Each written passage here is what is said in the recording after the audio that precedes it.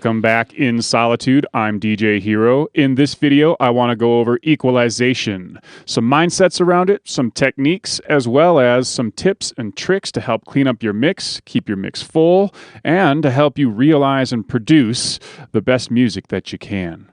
Simply put, equalization is the process of adjusting the balance between frequency components within an audio signal.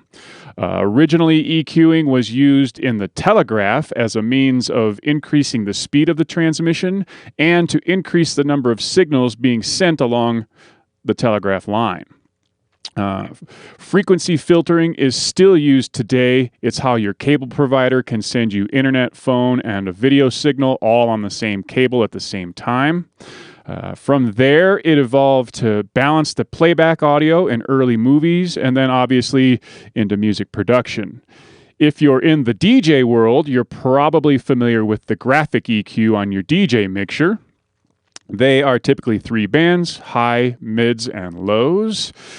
Today, we're going to be speaking more specifically about the parametric EQ that would be used in music production. Your basic EQ will allow you to high pass, low pass, shelf filter, and notch frequency ranges, with the idea being to give every sound its own space, shape the sound into what you want it to be, and maximize the space that you've got to work within.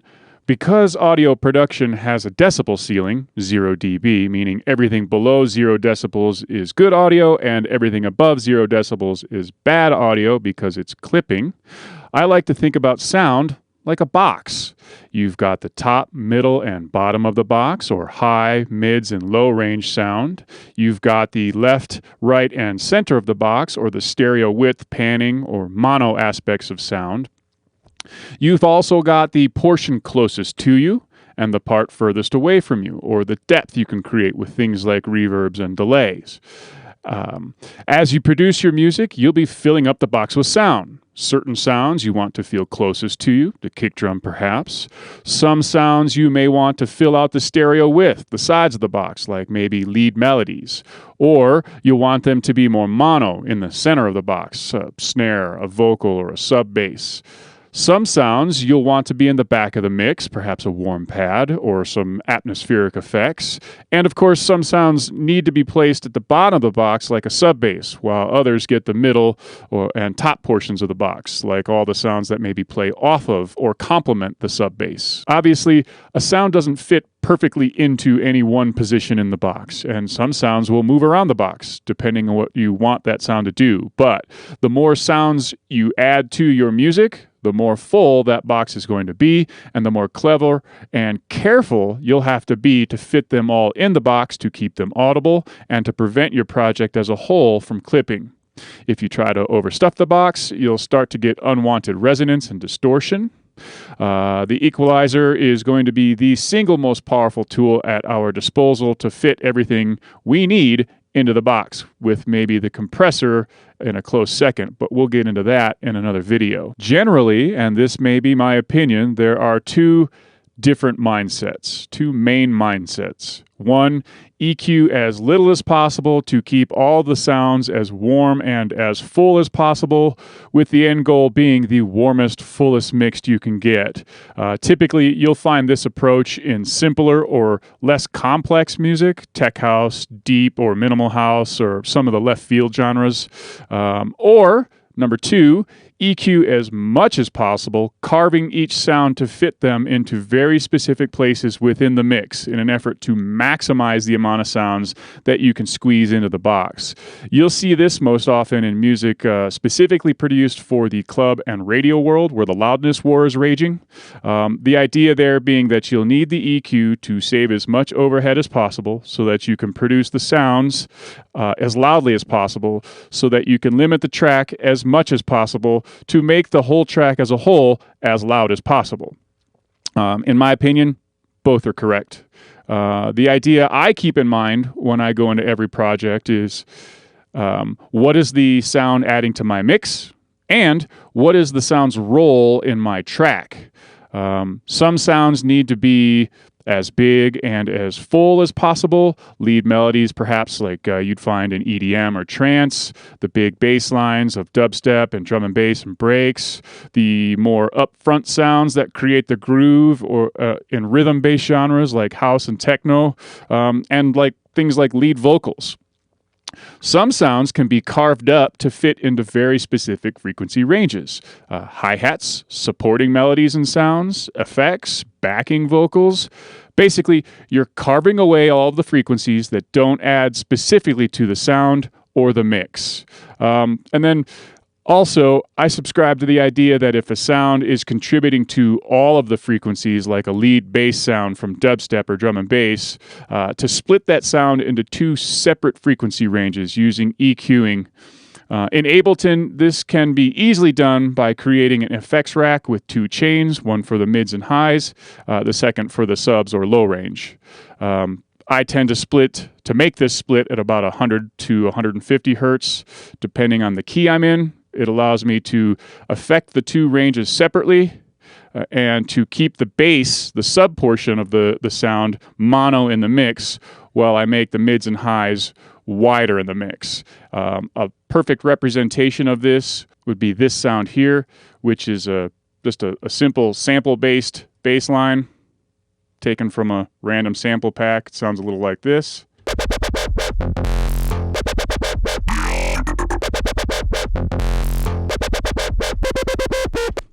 You can see it's full across the entire frequency spectrum, and it has a lot of width to it. And possibly that sub-range is also pretty wide, which I don't want. So what I've done is I've created my rack here, one for the mid and high, one for the low. The first thing I've done is added a utility on the low end to make it mono. And then the other main piece here is the EQ, which is basically acting as a low-pass filter, cutting everything above 150 hertz. If we switch to the mids and highs, we have the EQ cutting everything below 150 hertz so that the sub is filling in this range and the mids and highs get the rest. Right here, you can see that line where it's split. The advantage I have then is now I can affect the mids and highs separately from the lows. I can make them wider. I can do a whole bunch of post-processing. You see I've got the OTT, saturator, and then an additional EQ to kind of shape the sound a little bit more. We'll get into that here in a second. And then on the low end, because we have this simple beat up here, I also have an LFO tool that is going to shape the sub bass around the kick drum. So here it is again without the processing.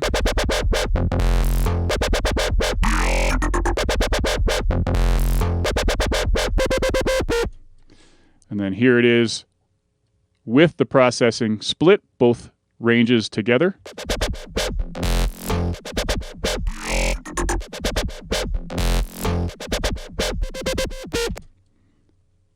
Turn off the LFO or the LFO tool here on the top portion. Sounds like this. Without it. With it. And then I've added the LFO tool so that it sidechains around the kick like this.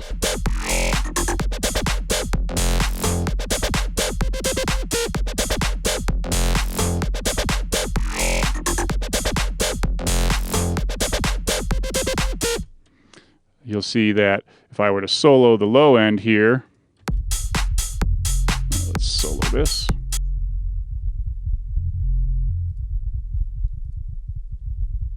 It's mono, and it's just the 150 hertz and below. Solo the top end again. It's wide, filling out the left and right, the stereo spectrum, and it's cut everything from 150 below because it's done by the low end.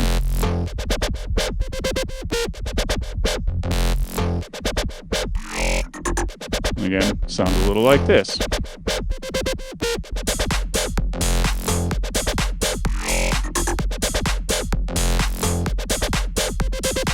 Also, if you've got many sounds layered together, creating one main sound set, it may be necessary to EQ them all slightly differently so that they complement each other. That way, when they all play together, you can hear them all separately or individually, while at the same time hearing them as a whole as the collective sound set. If you recall from my In Solitude with DJ Hero number 10, Melody Processing and Mixing, I covered exactly that, where we went through all of the different sounds and we EQ'd them all slightly differently. There's one sound, there's the main, and then there's a pluck here. And you'll see they play off of one another, right? And then go into this one here, the arpeggiator in this sound, also EQ'd differently. And then we have this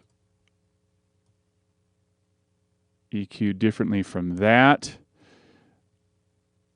Close out of these a little bit so I can see a little bit more. Here we go. And we have this one giving a little peak here, where this one's giving a little peak in the lower range. And then, of course, the sub of this particular sound is rolling off those higher ends so that to keep the focus on the low.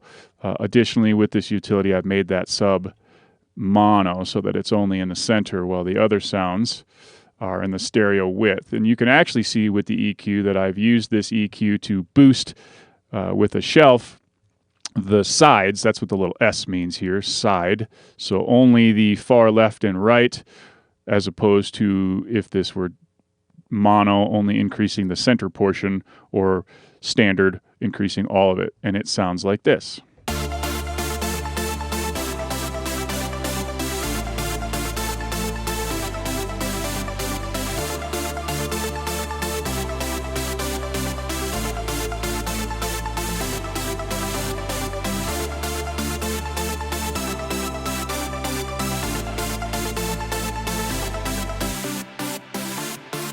Boost, subtract, complement each other.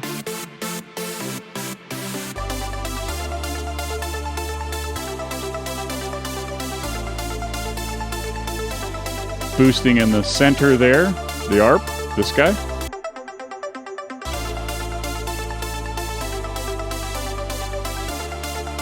Subtracting that range and boosting up more on the high region, this sound here, which is the angelic pad. And then the tops, an accent melody, is focusing just on the higher end mostly. It's a fairly thin sound.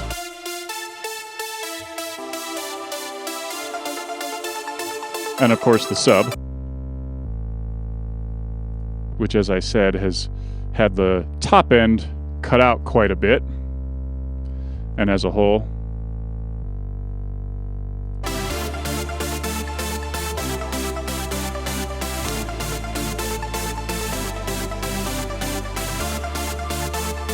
keeping the whole sound as a whole balanced and filling out the entire spectrum of sound.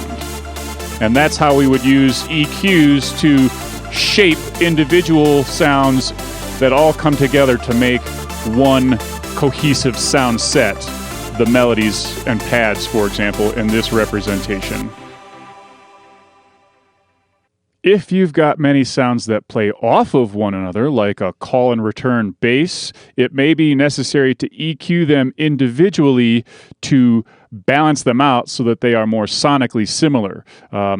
Just like my In Solitude with DJ Hero number 7, processing and mixing bass lines.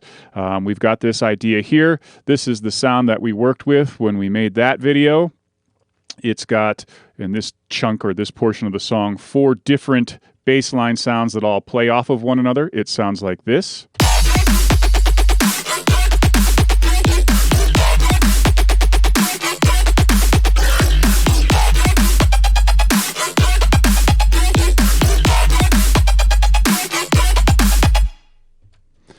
We've got this part here, the gritty bark. It's EQ'd just like this. We're cutting everything off of the 150 and below, or in this case, the 128 and below. The sub bass in this track is being filled out by the 808 kick, so we don't need that portion in our bassline elements. So we've got that sound here. The sound after that will be this metal, or this metallic sound. And it is EQ'd like this. After that, we've got this growl sound. Fairly flat, not a whole lot going on in that EQ. And after that, we've got the callback sound to the growl, and it looks a little like this, just notched down here. Now, these little tiny notches, these little shapes, the goal is to make all of the sounds relatively similar in their total EQing, so that when they play together, even though they're not layered over one another, they're a call and a return style. So one sound, then the second sound plays, then the third, fourth, fifth, whatever, however many sounds you've got, they play in unison and play off of one another. I want them all to be relatively balanced in the mix. We'll see like this.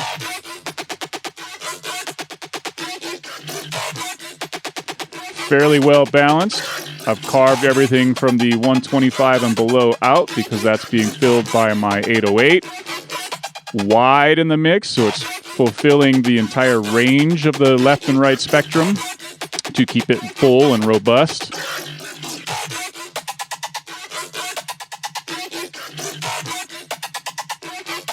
And by using the EQ to shape each individual sound individually, right, separately, just little bits, a little increased or boost here, a little notch removal of frequencies there, allows me to make them all as standalone sounds similar to each other, so that when they are played together, they are balanced together, so that your ear naturally goes from one sound to the next as they all play in the mix.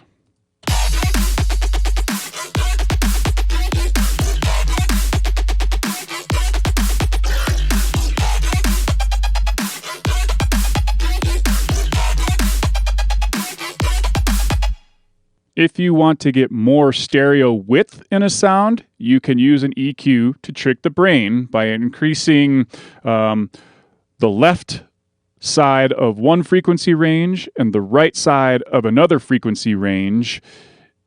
You're going to have your ears hear those changes, one change more to the left, the other change more to the right, right? To give you an example of that, I've got this little sample here. Check the frequency. I've added a utility to make sure that it's mono, and to show, we've got this guy. We'll move this out of the way here. One more time. Check the frequency. Check the frequency. So, pretty mono. So I've added my EQ. And it looks a little like this. It's flat. So essentially what I'm going to do here is I'm going to add a point. I'm going to make it so that it is only affecting the left side of our stereo spectrum. And I'm going to add a second point so that it is only affecting the right side of our frequency spectrum. So one more time. Check the frequency. Now let me boost this one. And then I'll boost this one. And one more time after that. Check the frequency. And now we've added some stereo width to the sound just by using an EQ, not having to rely on something like a chorus plugin or a delay plugin to create two instances of the sound, one playing on the left and one playing on the right. This is just an EQ. We're boosting two different frequency ranges or portions of the spectrum. And together, check the frequency. They create a stereo image. Now, you don't need a fancy plugin to do this. Check the frequency. Obviously, you all know by now that I'm a massive fan of the FabFilter plugins, but it can also be done just as easily with the Ableton one. Here's the left, switch to the right, there's the right. Check the frequency. Check the frequency. And based on how extreme I make these changes, is how we're going to hear, or our ears are going to perceive, that stereo image. Check the frequency. Let's say that you have two sounds layered on top of one another that are similar. For example, we've got these two hi-hats here. And for the sake of this tutorial, I've made them both mono. Because they are similar sounds, it's hard to audibly determine which sound is which. So we'll do mono, or we'll do solo each together. Now I could simply pan one slightly to the left and pan one slightly to the right. That is one way to get that effect. But I could use an EQ to do the same thing. Just like before, I've added my EQ and I've notched up a frequency range just to the left on this first open hat. You see, just by turning it on, I've increased a little bit of the stereo dynamics. We'll go to the ride here, still mono. And on this one, I've notched up the right side at a different frequency range, already increasing the frequency image here, or the stereo image here. Play them together. And I've created some stereo width. Like I said, you can do this exact same trick using panning, but just to show you, the EQ can be used to accomplish the exact same trick. And it might be more advantageous to do it this way if you don't really want all of the frequencies to pan to the left or right. You just want certain ones. Maybe it's a sound that's a little more full than this set of hi-hats here, and by panning all the way to the left or just a little bit to the left or right, sounds a little weird in the mix. You can get just a portion of the frequency range to do that panning for you. The EQ can also help you create certain effects in the mix. Not just carve or shape the sound, but let's say you want to create that classic AM radio sound, right? Or the effect of an old microphone. Old phones and radios could only record and reproduce sounds within a limited frequency range. Often old microphones would add a little bit of distortion due to the electrical components in them as well. Ironically, those old analog mics and gear are sought after because of those flaws now. While I don't think that old gear can replace or can be replaced, you can recreate those effects with some clever EQing. Here's the sample we've got here before. Is this where the party's at? Just a basic sample. And then what I've done is I've created this EQ and cut everything below 519 hertz, everything above 3500 hertz, and then made some notching to create a little bit of resonance in the actual EQing. So again, before. Is this where the party's at? And then with it. Is this where the party's at? Is this where the party's at? So you can hear it gives it that kind of old-timey radio or microphone sound. So again, the EQ can be used to get clever and start shaping and creating new effects within your sounds just by carving out different pieces or notching, filtering, things like that. They don't have to be used just as a tool to mix and master. They can be an effect themselves to help you create sounds that are unique to you. So, to recap, 1, the EQ is used to shape individual sounds in order to make them sound the way you want them to. 2, the EQ is used to balance several different sounds so that they all sound more similar. 3, the EQ is used to shape several sounds that play together so they can all be heard in unison. 4, the EQ is used to split different frequency ranges into separate parts. 5, the EQ is used to enhance the stereo image. And 6, the EQ is used to create cool effects. If you have any additional questions, please leave them in the comments section below. Or if you have any ideas for future videos that you'd like to see, again, put that down in the comment section below. I read them all. As always, make sure to like, share, subscribe, and hit that notification button so you don't miss any future videos. And if you want more from me, DJ Hero, search Original DJ Hero, all one word, on Twitter, Instagram, Facebook, SoundCloud, and Mixcloud, or search DJ Hero on Beatport.com, Spotify, iTunes, and Google Play. Until next time, have fun in your own projects. We'll see you back here soon.